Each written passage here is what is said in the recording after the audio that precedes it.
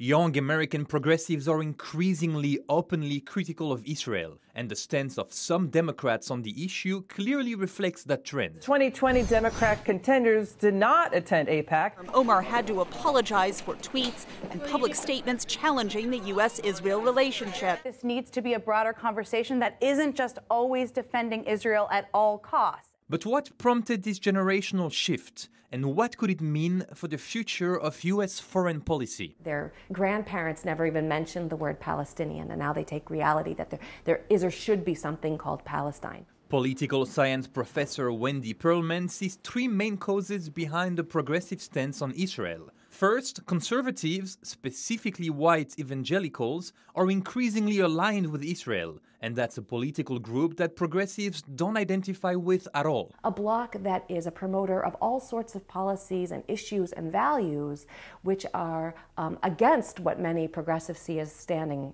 for. Then there's the fact that young progressives increasingly look at Israeli policies through a social justice lens that's directly tied to the rising prominence of the boycott, divestment, and sanctions movement against Israel, known as BDS. It aims to stop what it calls Israel's violation of Palestinian human rights through boycotts of brands and events associated with Israel. It also pressures international organizations to economically and culturally isolate Israel. And BDS has been very successful, I think, in casting the question of Israel as one not of security, which was the primary lens in previous years, in which Israel and pro-Israel parties could justify almost every action Israel took, especially vis-a-vis the Palestinians. And I think many people around the world look at the situation and say, Israel is strong.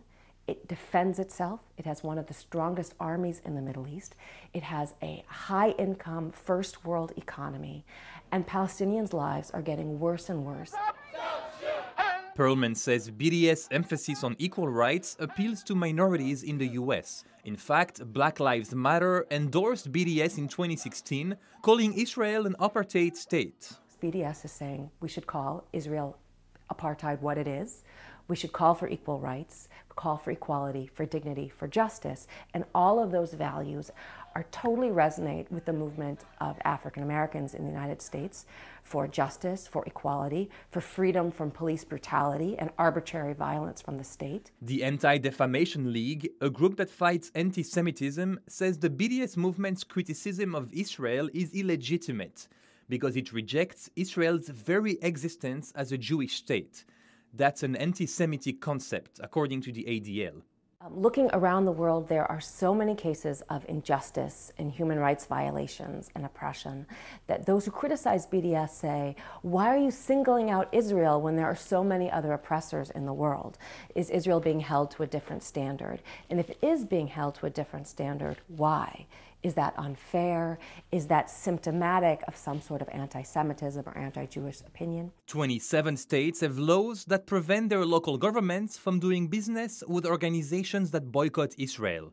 The ACLU is challenging these anti-boycott laws on the grounds that they violate free political speech. Perlman agrees that the discourse around the US-Israel relationship should not be censored, but she also cautions people on all sides to speak responsibly. That we should have an open conversation about the U.S. role in enabling Israeli policies such as settlement expansion, such as denial of Palestinian rights. And it is not impossible to have an open conversation that is sensitive, but sensitive not only to the sensitivities of American Jews, but to American Muslims, to American Arabs, to people of all different faiths and backgrounds. Finally, while criticism of Israel is often rooted in international law and human rights issues that long predate Israeli Prime Minister Benjamin Netanyahu, his right-leaning politics and relationship with Trump seem to have accelerated the trend. These are two right-leaning politicians who are both embroiled in political scandals